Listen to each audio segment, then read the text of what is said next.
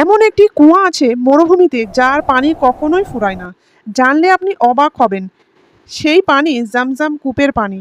হ্যাঁ, মা হাজরা আলাইসাল্লামকে আমাদের আদি পিতা ইব্রাহিম আলাইসাল্লাম মক্কা নগরীর সাফা ও মারোয়া পাহাড়ের মাঝে মরুভূমি এলাকাতে আল্লাহর হুকুমে রেখে গেলেন পুত্র ছোট্ট শিশু ইসমাইল আলাইসাল্লামের সাথে।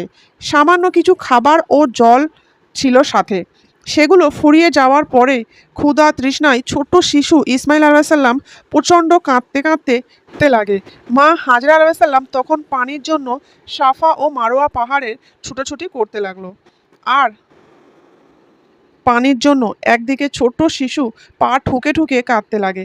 সেই জায়গায় সামান্য গর্ত হতেই আল্লাহর কুদরতি কারিশমা সেখানে পানি চলে আসে।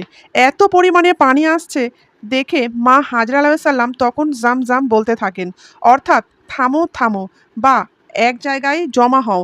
সেখানে থেকেই জামজাম নামটি শুরু হয়েছে। সেখান থেকেই জামজাম কূপ সৃষ্টি হয়, যে পানি আজও কোটি কোটি মানুষ পান করে কিন্তু কখনো শেষ হয় না। সুবহানাল্লাহ। হাজার বছর আগে সৃষ্টি হওয়া জামজাম কূপ আজও কোটি কোটি মুসলমানের তৃষ্ণা মেটাচ্ছে। ভাবুন তো, কত আশ্চর্যজনক ঘটনা।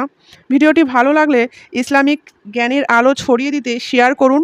এমনই ভিডিও পেতে চ্যানেলটি সাবস্ক্রাইব করুন। আল্লাহ হাফেজ।